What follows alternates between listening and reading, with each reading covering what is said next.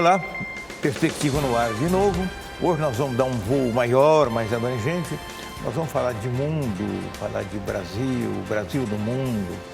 E eu convidei de volta a Juliana Vilela. Ela é advogada, tem formação em economia e em relações internacionais. O nosso tema hoje é a geopolítica mundial. Juliana, prazer em tê-la aqui. Prazer é meu, professor. Obrigada pelo convite. Sempre um prazer voltar aqui. Nossa primeira conversa foi muito boa. Uma conversa muito tranquila e muito abrangente, né? Verdade. Eu acho que dois mineiros acaba sempre puxando uma boa conversa. Não tenha dúvida. Muita prosa. De conversa, né? Nós somos bons, hein, professor? Eu fui educado a vida inteira, primeiro em fazenda e depois num ambiente muito familiar de Minas, que era roda, né? E a gente aprende a conversar, aprende a formular, né? Então, dois mineiros juntos dá boa prosa. O meu não é muito diferente. Juliana, como o nosso programa vai trabalhar o tema de geopolítica, vamos começar definindo na sua concepção o que é geopolítica? Professor, a geopolítica é um conceito bastante abrangente. Ele trata da questão geográfica, das diferenças da geografia entre os diversos mundos, países, continentes, vamos falar assim para poder ficar mais elucidativo, com as suas políticas que os unem de forma comuns entre si, que tem de diferente entre os outros e que aí faz com que aqueles países se unam por critérios, por igualdades, por questões comuns e possam então fazer frente a outros. A geopolítica é essa, né? Porque o mundo precisa, a gente pode até dar um exemplo. Quantas vezes no mundo a gente viu aí questões separatistas e que não tiveram êxito? Por quê? Porque você queria, às vezes, países, grandes comunidades, então vamos falar em continentes ou grandes países, em que pequenas sociedades queriam se separar, mas sozinhas não conseguiam, né, conviver.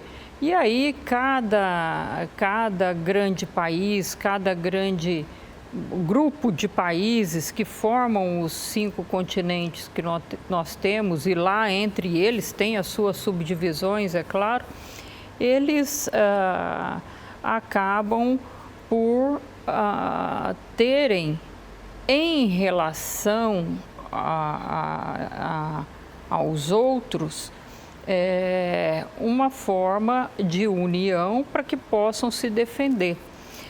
Um exemplo muito claro disso que a gente vê foram os próprios Estados Unidos, que no começo não foi uma federação, ele se uniu como uma confederação. Quando eles perceberam que eles queriam sair, conquistar não digo nem mais territórios, mas que eles precisavam, que eles não poderiam ser autossuficientes, por questões até climáticas, por questões de que um país não pode produzir tudo que ele precisa, por maior que ele seja. Isso. Ele viu que ele precisava unir. Uma coisa é o estado de Nova York sozinho fazendo frente ao mundo, outra coisa é os Estados Unidos junto.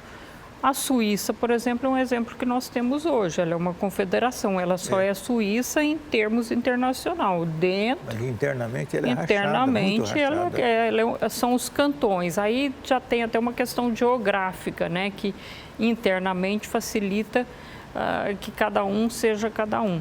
Então, a geopolítica ela é necessária. É um grupo que se une até para uma defesa internacional. No século XX, a gente teve várias mexidas grandes na geopolítica mundial, né? Muitas. Antes da Primeira Guerra, a Primeira Guerra e depois da Segunda Guerra.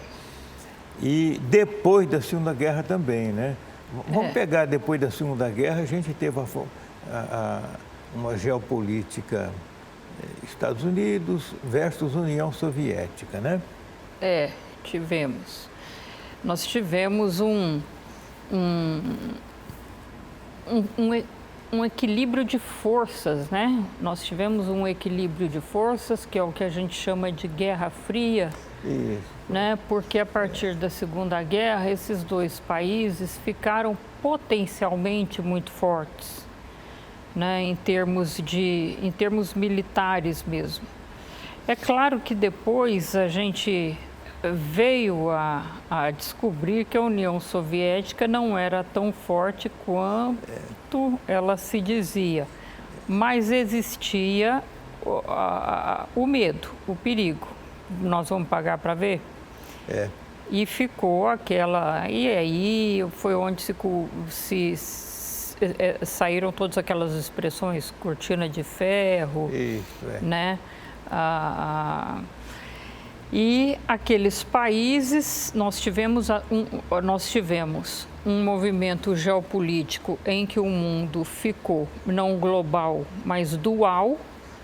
E nós tivemos alinhamento de forças.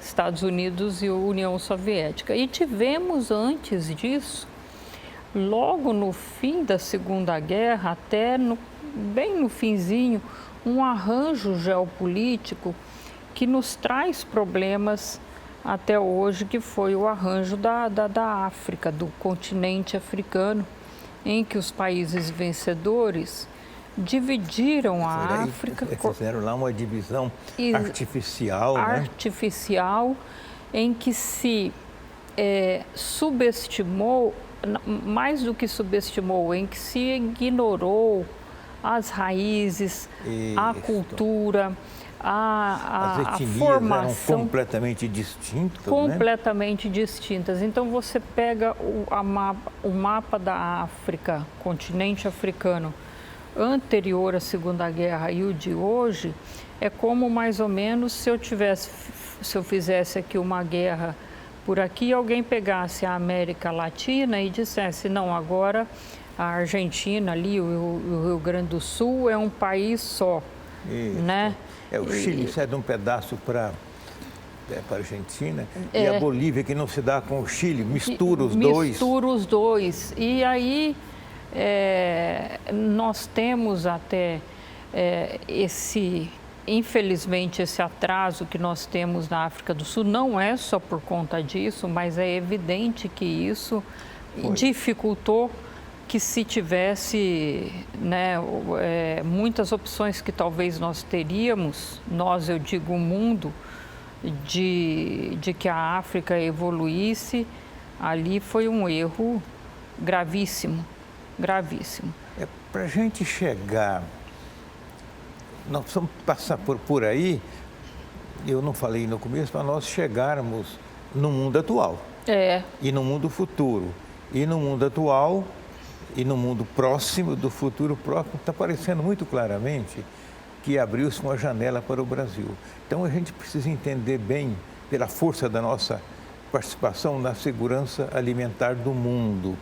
Mas para a gente chegar nisso, temos que pegar um pouco para trás e entender esse mundo, como é que chegou até aqui, Como é que chegou até aqui. Então nós estamos com a África redividida e meio que jogada num canto, fornecendo matéria-prima para o Ocidente, né?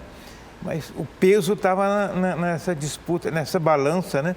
União Soviética com seus 16 países, se não me engano, e os Estados Unidos com seus aliados, né? Com seus aliados, 17 repúblicas e os Estados 17 Unidos... 17 repúblicas, né? Com seus aliados, Estados Unidos e seus aliados. A União Soviética também, de certa forma, além das repúblicas que formavam a União Soviética, com seus aliados também. E ela né? tinha um aliado poderoso que na época não tinha força, que era a China, né? Que era a China. A China não tinha força, era só um grande país, ou um país grande. Ou um país grande, exatamente. E tinha também, estrategicamente, tinha Cuba, né? Que simplesmente sobreviveu, é um regime que sobreviveu porque ela mandava o dinheiro.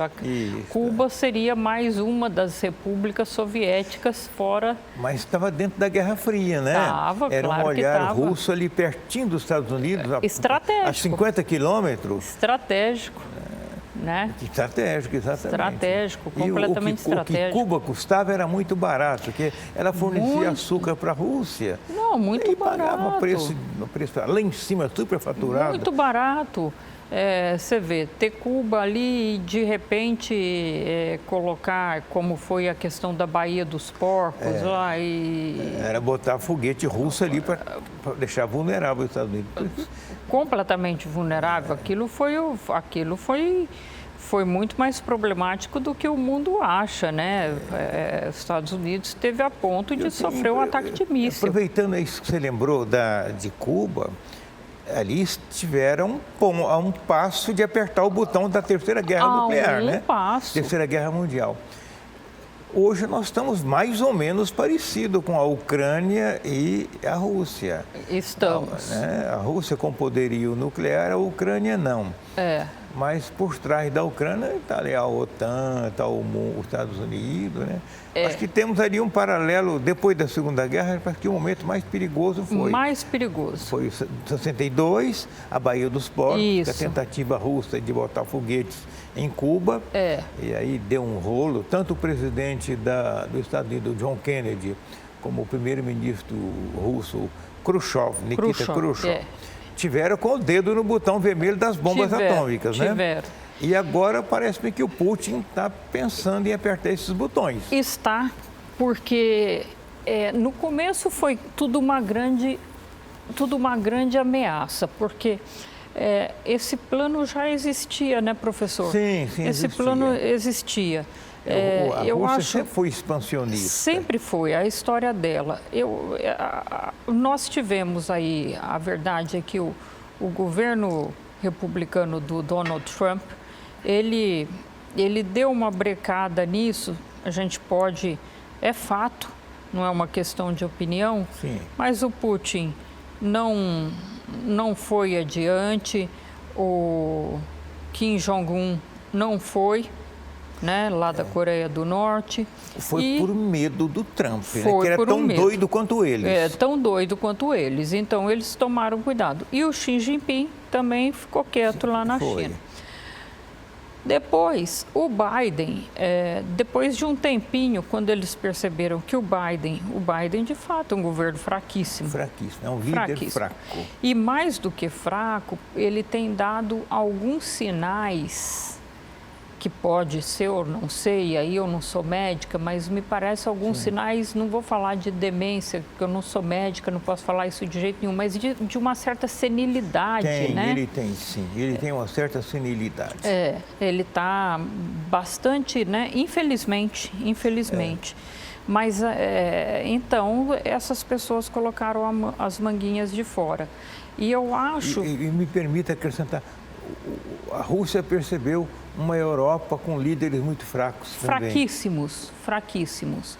Líderes fraquíssimos, líderes com uma narrativa de esquerda. Sim. E o problema da narrativa de esquerda é que há uma coisa muito importante da gente sempre lembrar. A política é a ciência do sonho, ela é uma ciência maravilhosa, ela é uma ciência que cabe à igualdade, que cabe, e eu não sou, imagina, não sou contra, ela é uma ciência em que o mundo é ótimo. Sim. Até que ela bate com a economia, que é a ciência da verdade e da possibilidade.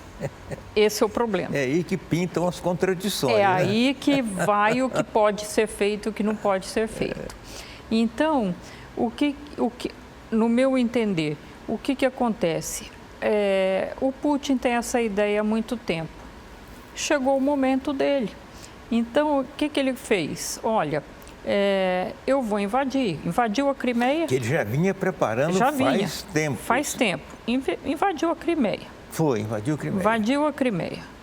Aí, invadiu, quando nós estivemos aqui no nosso primeiro encontro, qual era a discussão? Desmilitarização e desnazificação, seja lá o que isso significa. É isso mesmo. Era isso. Em nenhum momento ele dizia que era para poder tomar o território.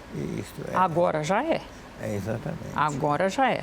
Antes era para pegar aquelas duas cidades que eram pró-Rússia. Isso. Agora não, agora já está em Donbas, já está... Ele está avançando.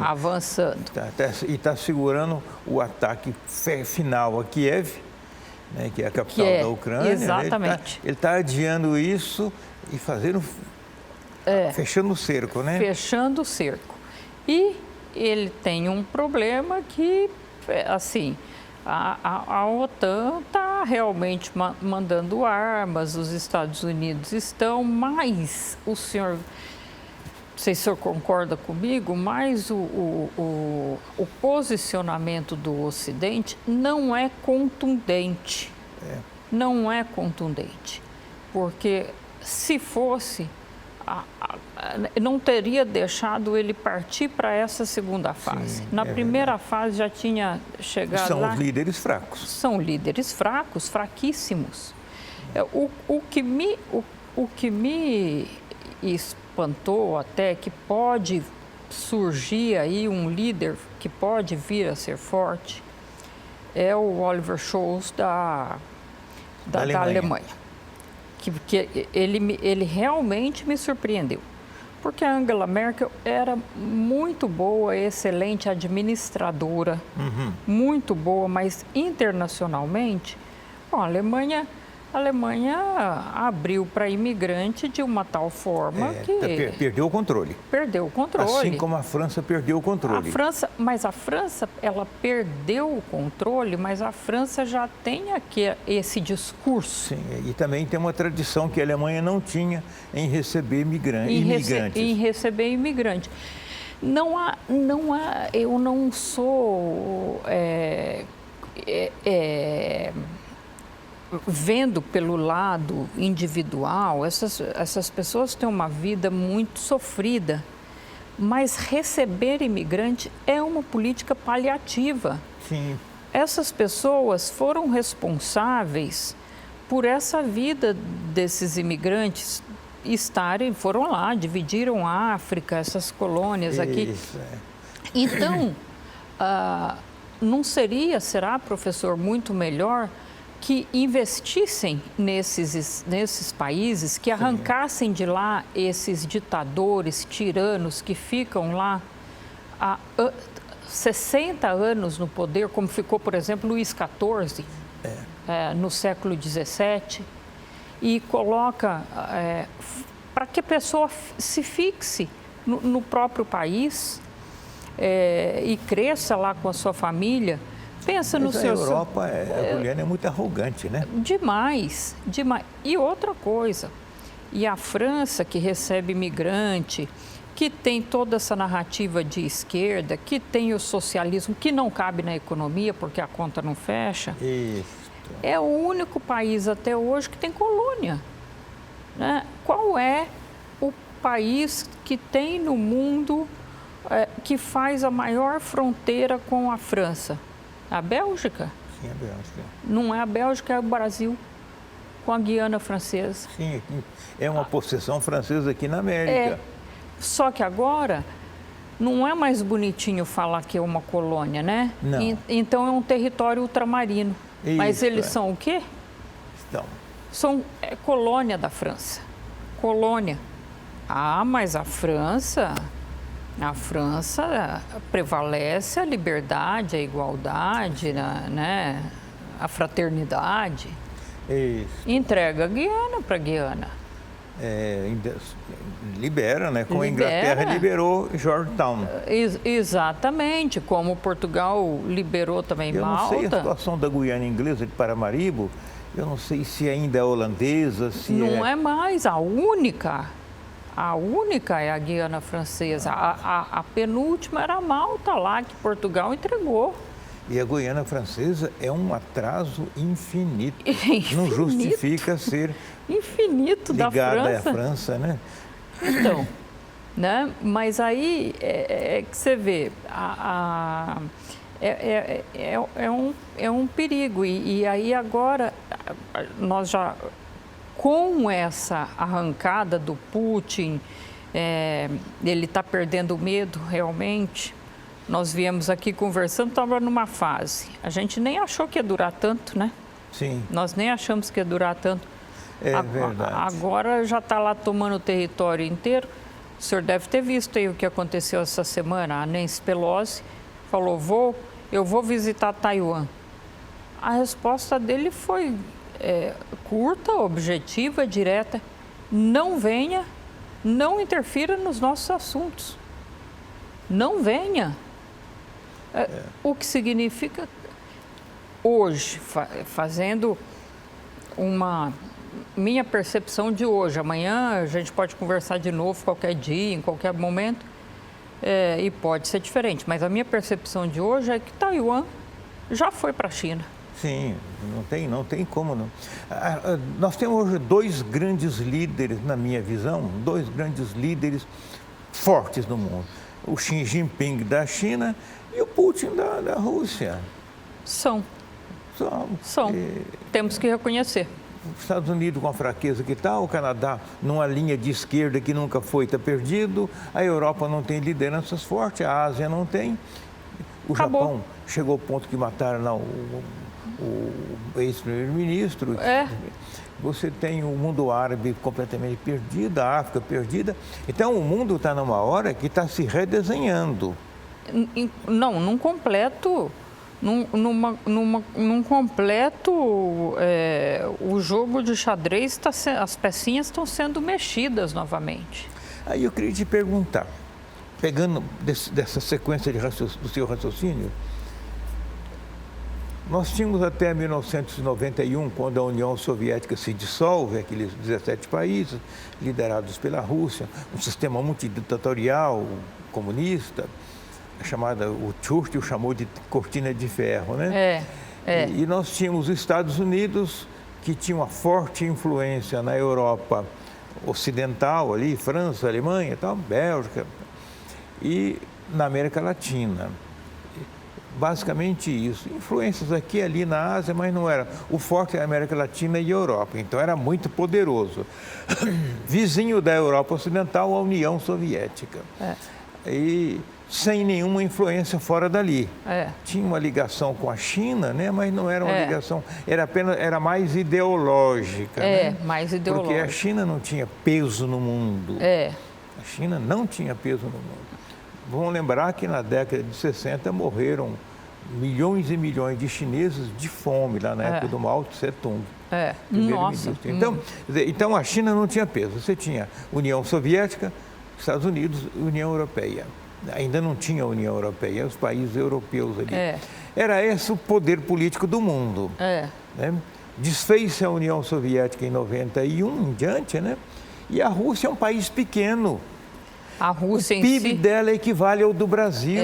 A Rússia em si é isso aí. Território grande, que nem é o Brasil, é o maior território do mundo. Mas o peso dela econômico é o Brasil. Econômico. É a economia do Brasil, um pouquinho mais do que o PIB brasileiro. Tem muita tecnologia, porque é outro nível de inteligência cultural. Pois bem, agora, como é que você está enxergando esse redesenho? Parece-me que os Estados Unidos e a OTAN estão beijando na boca. Sobrevivência, né? A China e a Rússia estão assim, oi, mas você lá e eu cá. Como é que você está enxergando essa formação da nova geopolítica do mundo que foi acelerada pela invasão da Ucrânia, etc? Hoje, a invasão da Ucrânia foi em fevereiro desse ano. Fevereiro desse ano. Hoje, Eu acho que a grande disputa de forças eu acho que a grande força hoje realmente está na mão da China, de fato. Por uma questão, apesar, tudo bem, a gente tem momentos, né? A economia ela é sempre cíclica. É isso. Sempre cíclica. Então, você vê aí que a China não cresceu quanto ela crescia, mas isso é uma bobagem, porque ninguém cresce indefinidamente. Isso não existe. Mas ciclo. Cada país é ciclo e a economia mundial é ciclo, né? Cíclica, não tem como. O que interessa é que é a força que ela tem. Falando hoje, enquanto nós estamos aqui, a China é a grande força, mas é a grande força porque a Rússia tem uma pretensão expansionista que nunca deixou de ter, Sim, dela. Isso é histórico dela. Isso é histórico dela, sempre vai ter. O que ela sempre foi mais ou menos expansionista em razão de quem eram os outros líderes no mundo. Isso. Neste momento, os líderes são fracos, então ela vai lá e coloca esse expansionismo adiante. Se amanhã vier líderes fortes e principalmente quem tem que ser um líder forte são os Estados Unidos, ela vai tomar cuidado. A chave toda para mim, professor, desse redesenho continua sendo os Estados Unidos. Eu explico por quê na minha visão. Os Estados Unidos, ele tem até hoje o maior PIB, Sim. Armamento, ele tem o maior alcance, até pelo idioma. Sim, que é quase universal, né? Praticamente universal. Mas a gente não pode falar só do Biden. Ele vem tendo governos fracos desde o Obama. O Obama foi um governo muito fraco. E se repetiu. Então, isso vem sendo preparado, meio que essa derrocada dos Estados Unidos, derrocada que eu digo de líder internacional, desde o Obama. E não adianta, todo país que atinge a função de país muito rico, de país que tem influência, tentáculos no mundo todo, ele tem que assumir a liderança de resolver os problemas do mundo, não tem como. É o preço, né? É o preço que se paga. Vamos no primeiro intervalo e voltamos em seguida e a gente continua daí. Tá. Estou entrevistando Juliana Vilela, assunto nosso aqui é Relações Internacionais. Vamos ao intervalo e voltamos já já.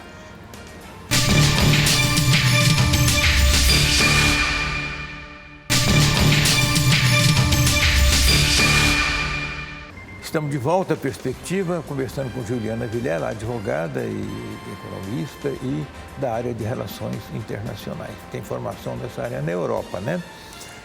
Então, conhece bem a Europa de dentro.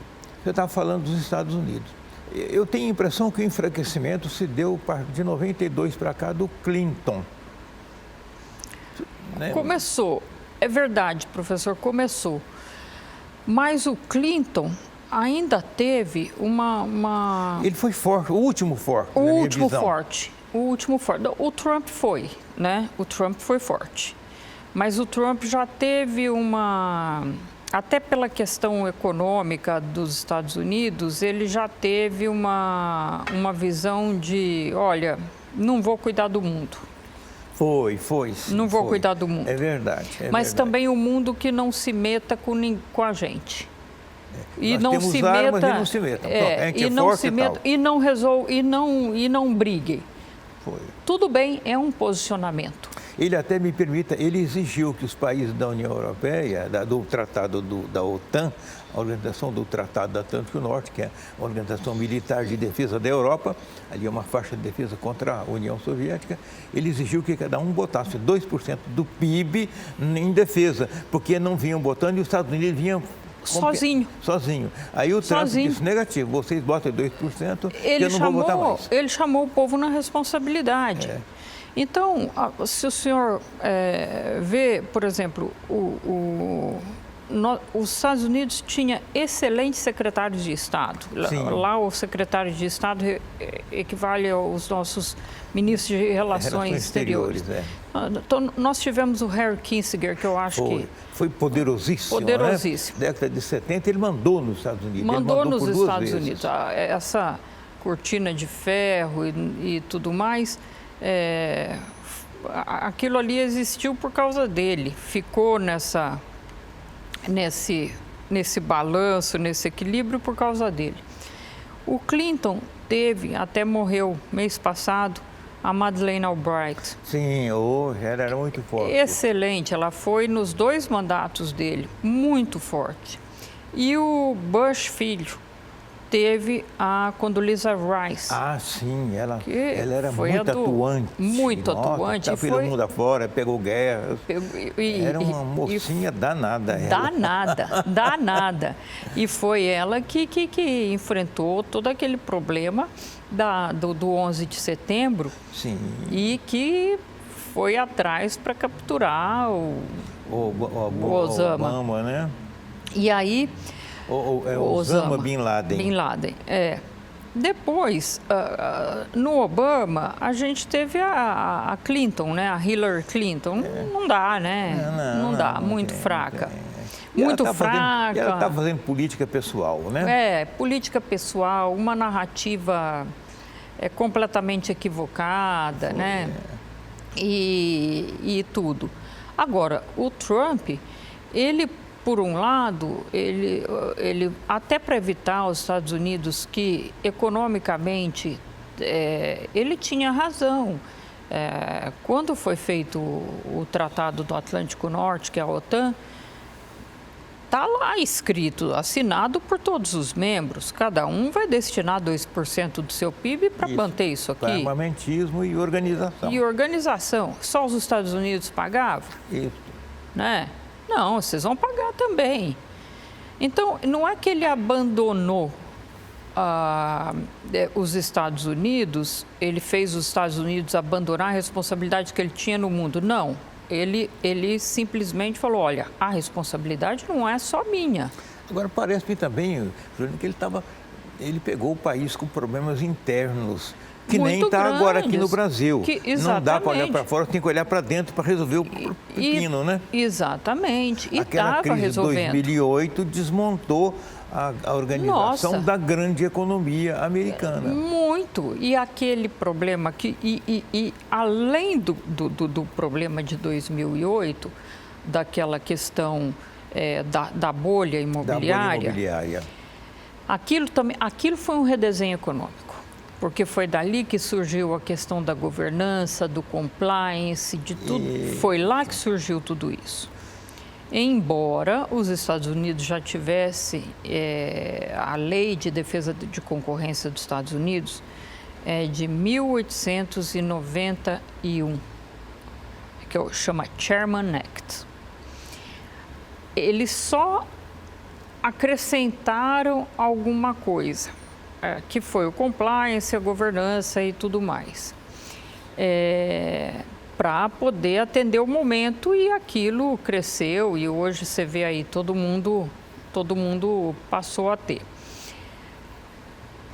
Então, além disso, ainda teve esse problema desse Obamacare, que virou a questão da saúde lá, que de repente os Estados Unidos, saído de um problema econômico gravíssimo, que quebrou aquele banco Lehman Brothers. A quebra de um banco é um problema para o país. É um equivalente à quebra de um Bradesco aqui. Exatamente. A proporção mais ou menos essa. Imagina o que você faz com um país quando tem um problema da quebra de um banco. Só para lembrar para o nosso telespectador, o maior fabricante de carro do mundo na época, General Motors, o governo teve que ir lá comprar parte, o governo Obama comprou parte das ações dela para ela não quebrar. Exatamente, porque se deixa quebrar, o estrago é muito maior do que se ela quebrasse. Muito maior, desmonta todo. Desmonta tudo. Especialmente a confiabilidade na economia. E me parece aí também os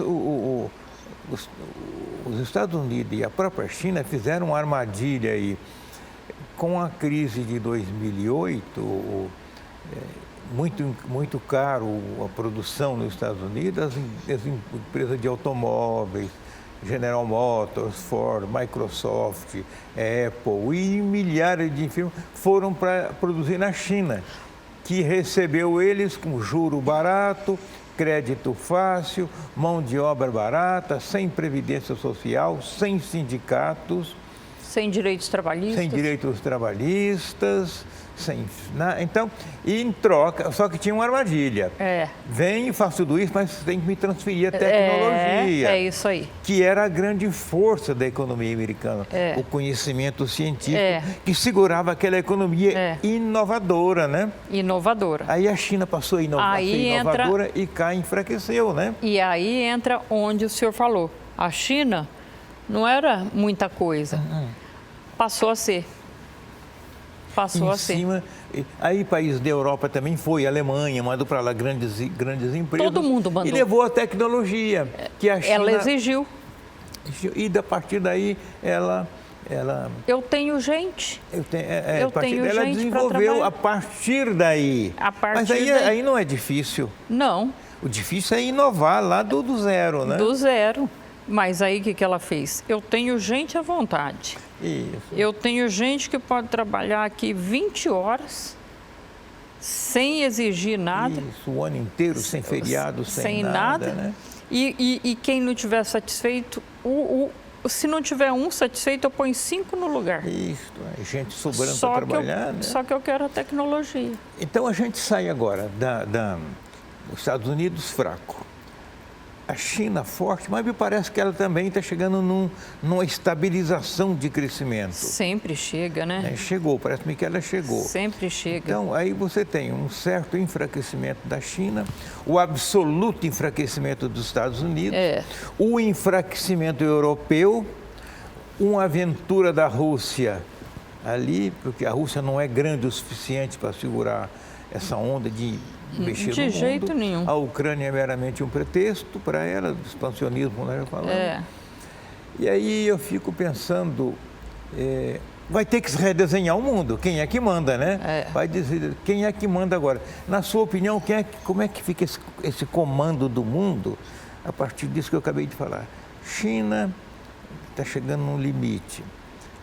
O Japão está muito recuado na dele, ele é muito neutro, né? A União Europeia fraca, Estados Unidos fraco. E nesse meio todo, problemas climáticos novos, né, que eles não tinham. Como é que redesenha esse mundo? O que você enxerga? Acho que... Bom, falando primeiro da Rússia, eu acho... Bom, primeiro de tudo, nós estamos no meio do redesenho.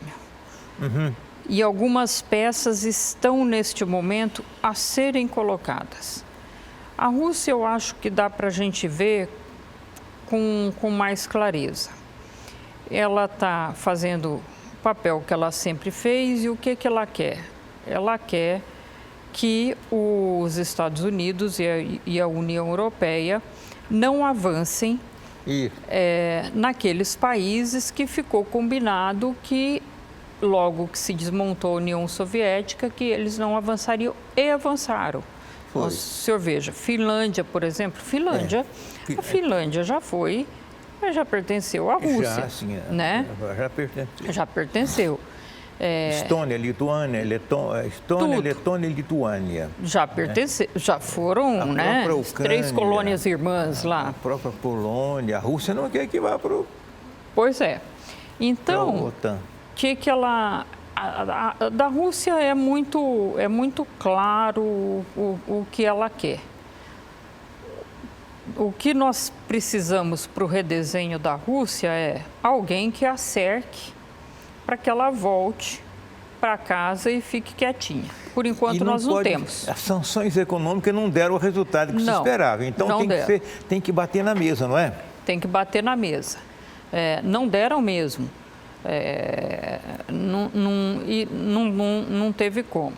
Não levaram em conta que ela tinha gás, petróleo e alimentos. O gás, por exemplo, agora está vem um redesenho aí, o senhor falou da questão climática. A Rússia é fortíssima na questão do gás natural. Sim, Que, aliás, é o que permite que a Europa faça esse discurso hipócrita de clima, em que você deve preservar a floresta e tudo mais. Eu não sou contra preservar a floresta. Mas o discurso safado da Europa... Agora, o discurso pilantra, e é assim que a gente tem que falar, porque é um discurso que não cabe dentro de uma racionalidade. Esse discurso, ele é muito bonito até que a necessidade bata a porta. Isso. Então, a Alemanha, ontem eu ainda estava vendo, a Alemanha está começando, está em pleno verão, está começando a tomar banho frio para poder...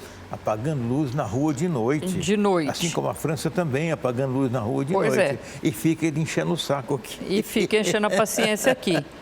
Mandou, está lá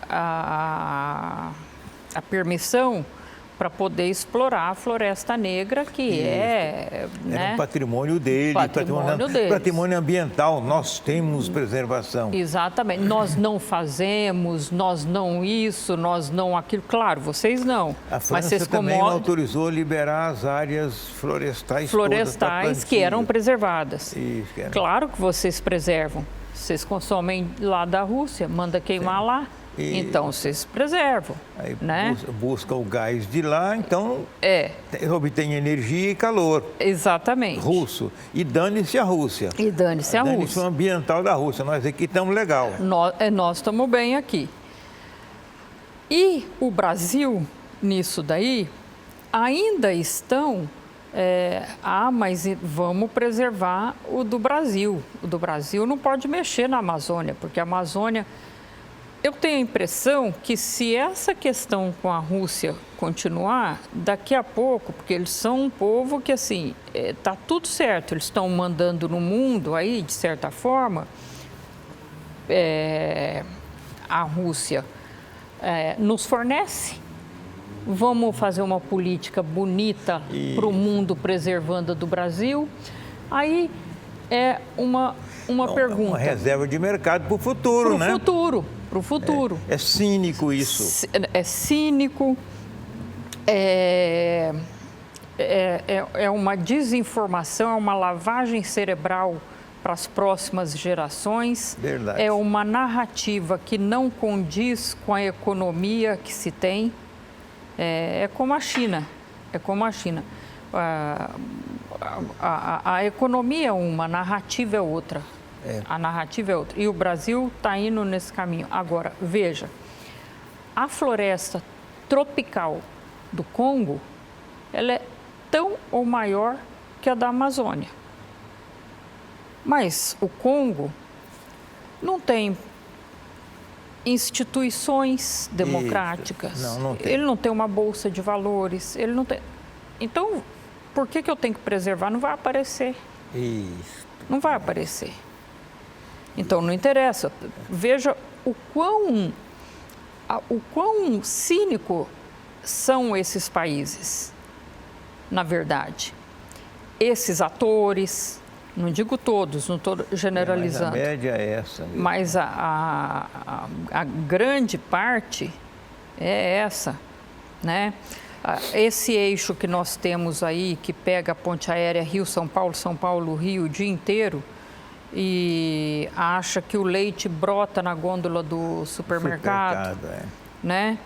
E agora não entende ou não quer ver que a Alemanha e a França estão lá desmatando coisas que eles estão preservando desde o século XVI, XVII. Por quê? Mas para preservar, até aqui, eles arrebentaram com a África. Arrebentaram. Claro que arrebentaram. Diamantes, minérios e madeira. Eu vi uma claro série que arrebentaram. Eu vi uma série na Netflix chamada A Cozinheira de Castamar. Eu vi também. Ela pega aí a Espanha do século XVII e tem lá um castelo, aquelas paredes maravilhosas de madeira. Aí eu estava vendo com a minha mulher, digo, olha aqui, olha o cinismo da Europa. Essa madeira, eles arrebentaram um país de algum lugar. Não foi aqui da América do Sul, porque a Espanha tinha possessões aqui, né? Então, a riqueza europeia é uma riqueza de gigolô. De gigolô. Ou com a África, com a Ásia ou com a América do Sul. Era e é. Porque, por exemplo, para que se mantenha uma Suécia, que é um país, uma Suécia, uma Finlândia ou uma Noruega, enfim, uma Dinamarca. Sim. Quantas Zâmbias, isso é uma questão que a gente estuda em economia, quantas Ganas, quantos Zimbábues eu preciso manter? Quantos? Porque não é possível que aquilo não seja mantido à custa de outra coisa. É por um motivo muito simples. Os recursos naturais, eles são finitos. Sim.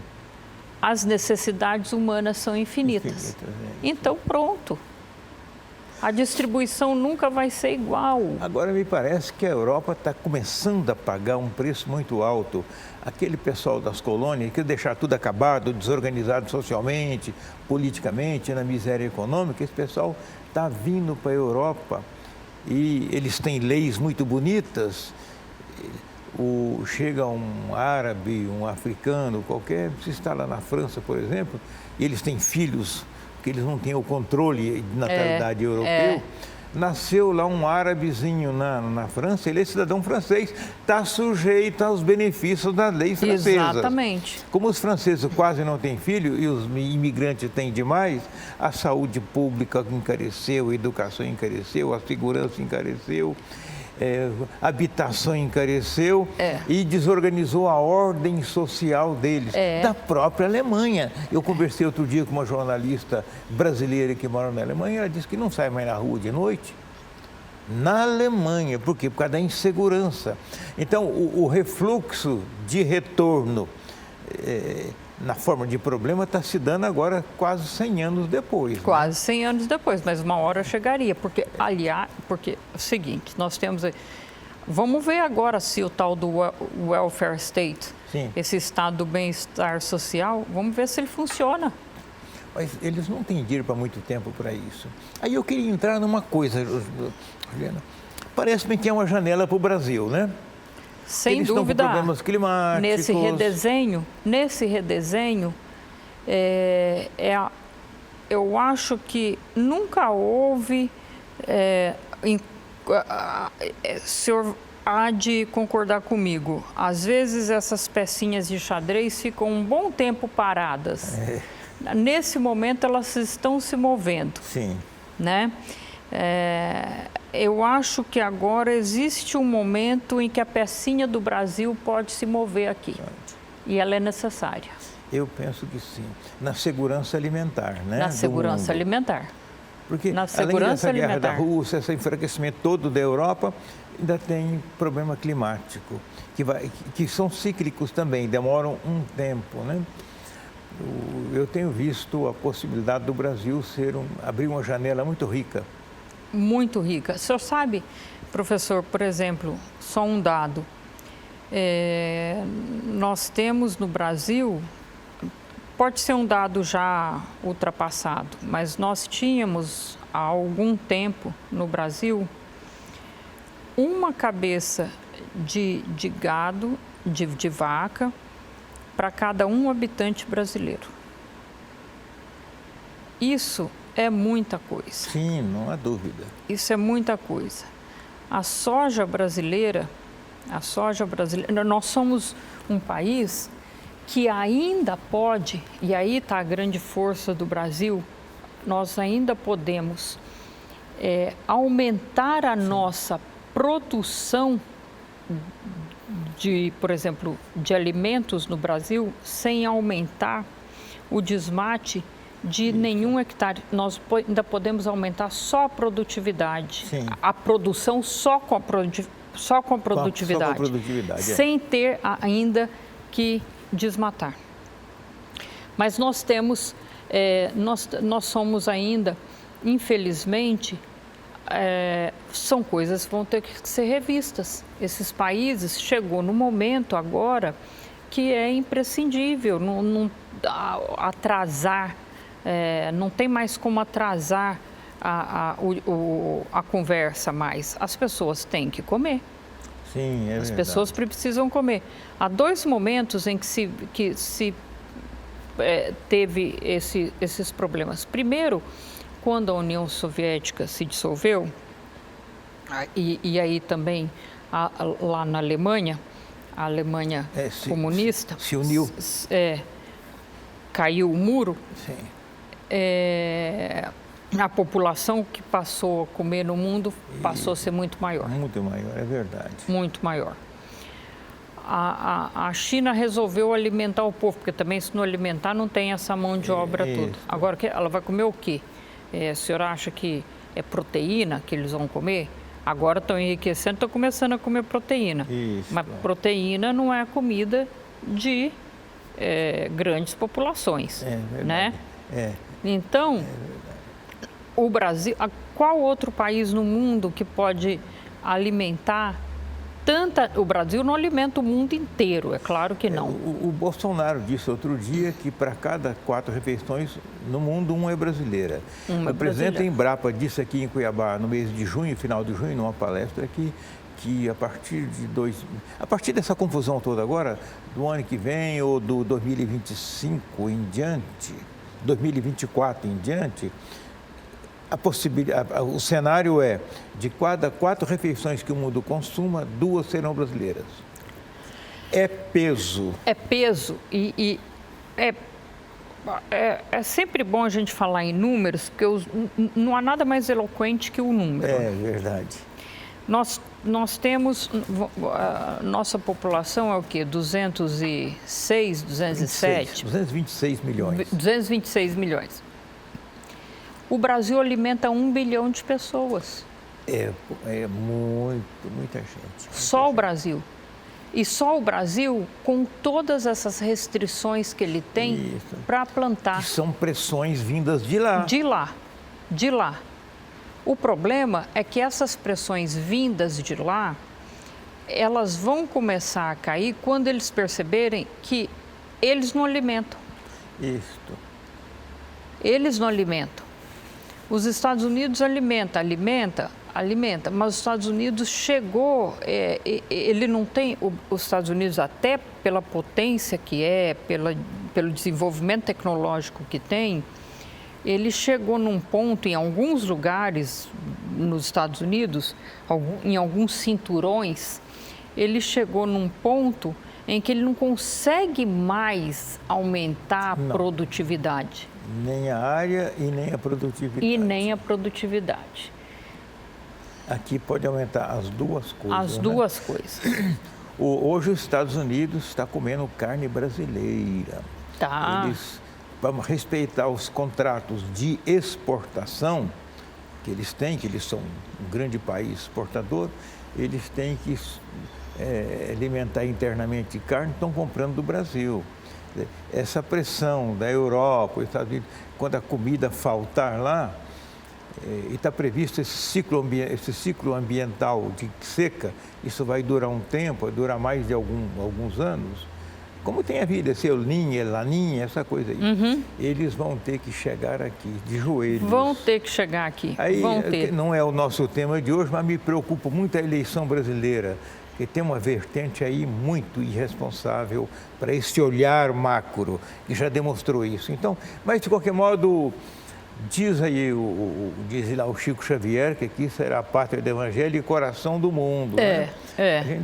Verdade. Vamos acreditar nisso. Vamos acreditar nisso. Mas eu acredito muito no Brasil, eu acredito. Eu também acredito, porque essa vertente que tem aí é completamente irresponsável mesmo e contra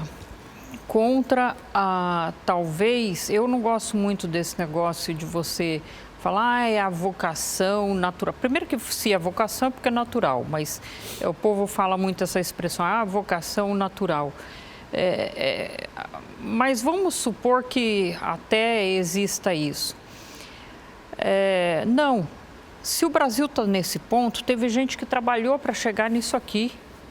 Sim. E que trabalhou muito. Sim, é verdade. E que trabalhou muito. E existe uma parte no Brasil. O Brasil, economicamente, ele é um país capitalista. Sim, ele é. Fundamentalmente. Mas a narrativa dele, professor, é uma narrativa daquela esquerda arraigada com conceitos heterodoxos, sim, anacrônicos, completamente. E há uma vertente que acredita nisso, que leva isso muito a sério, e essa vertente num governo, ela pode prejudicar muito o país. Considerando o cenário geopolítico do mundo que nós falamos aqui, o novo cenário geopolítico do mundo, o Brasil tem que ser protagonista. E o protagonista tem que ser mais ou menos o estilo bate na mesa, vai e põe a cara. Porque o conselho aqui, essa democratização fajuta não vai funcionar. O mundo não respeita os fracos. O mundo é muito competitivo e não respeita. Mas, para a gente ir encerrando, Juliana, século XX, que resultou da Primeira e da Segunda Guerra Mundial, segunda metade, o petróleo mandou no mundo, né? Mandou no mundo. Nesse século XXI, nós já começamos a ver a tecnologia mandando no mundo. Agora, o mundo me parece que se resume em dois... Eu não sei, você que vai me confirmar. Para mim, o mundo está resumindo hoje em duas vertentes. Tecnologia e alimento. Aliás, mais do que alimento, segurança alimentar. Segurança alimentar. Segurança alimentar. Não tenha dúvida. Tem que ter. Pelo seguinte, a gente assistiu no século XX uma coisa muito importante, a pobreza absoluta. Sim, foi. A pobreza absoluta, ela é terrível, professor. Ela é um pecado da humanidade. A gente vê essas pessoas que não têm o básico. Essas coisas a gente dá até um aperto. Você vê pessoas que passam as necessidades básicas, crianças e tudo. Agora, a pobreza relativa, ela sempre vai existir, mas a pobreza relativa, ela existe na realidade, e pode parecer paradoxal isso que eu vou falar, mas a pobreza relativa, ela existe justamente da desigualdade econômica. Mas por quê? Porque algumas pessoas se sobressaem, criam,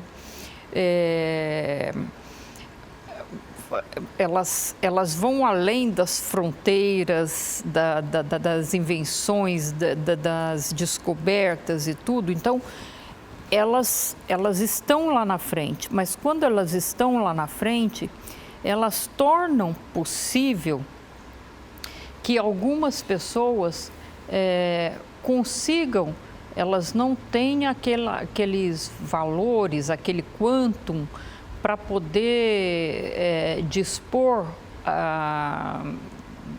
para muita coisa, mas ela tem o suficiente para o básico, para manter... Para a dignidade. Para a dignidade e até para viver, de certa forma, com coisas até desnecessárias. Por exemplo, eu tenho certeza, se o senhor tiver uma funcionária na casa do senhor, o senhor tem um celular que tem WhatsApp, eu tenho certeza. Eu tenho certeza que a funcionária na casa do senhor também tem um celular que tem um WhatsApp. Tem. Há um tempo, quando o senhor devia ter lá pelos seus 30 anos por aí, a funcionária da casa do senhor, o senhor devia ter na casa do senhor aqueles telefones fixos, sim, que era assim que funcionava. A funcionária da casa do senhor não tinha. Então, nós passamos da pobreza absoluta para a relativa. Nós passamos. O senhor deve andar de Uber algumas vezes, eu ando. Muito. Muito provavelmente, em algum momento ou outro, sua funcionária, quando vez ou outra se atrasa, ela anda de Uber também. Nós temos um acordo. Se ela não puder chegar, está atrasada, uma coisa assim, ou teve um problema, vem de Uber, a gente paga aqui. Tá, mas ela sabe pedir. Ela sabe pedir. Ela tem um aplicativo. Tem. Ela está integrada. Então, mundo, né? Para o senhor ver... E ela vive de diarista, ela ganha lá 150, 180 reais por dia. Mas ela tem acesso, ela tem a dignidade mínima e tem acesso à maioria das coisas que eu tenho. Certamente ela deve ir lá no Shopping Pantanal, no Shopping Três Américas e tudo mais. Então, o senhor veja que a questão não é mais o alimento, porque o alimento é aquele que ela precisava numa cesta básica para garantir aquele mês. Não quer mais isso. Não, é que aí ela é verdade. Ela quer a segurança alimentar. O que é a segurança alimentar?